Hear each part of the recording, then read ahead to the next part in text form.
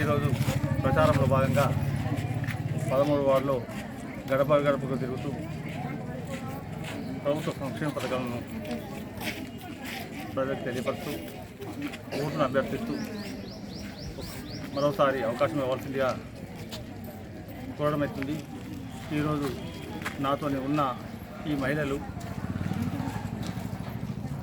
నా తోబుట్టు లాగే నాకు ఇప్పుడే కాదు ప్రతి ఎలక్షన్లో కానీ ప్రతి సందర్భంలో కానీ పూర్తి సహాయ సహకారం అందిస్తూ నా వెన్నంటి ఉంటున్నారు.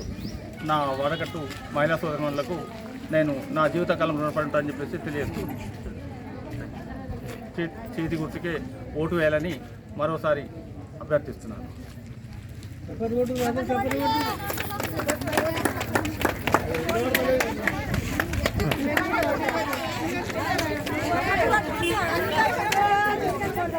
పడుతుంది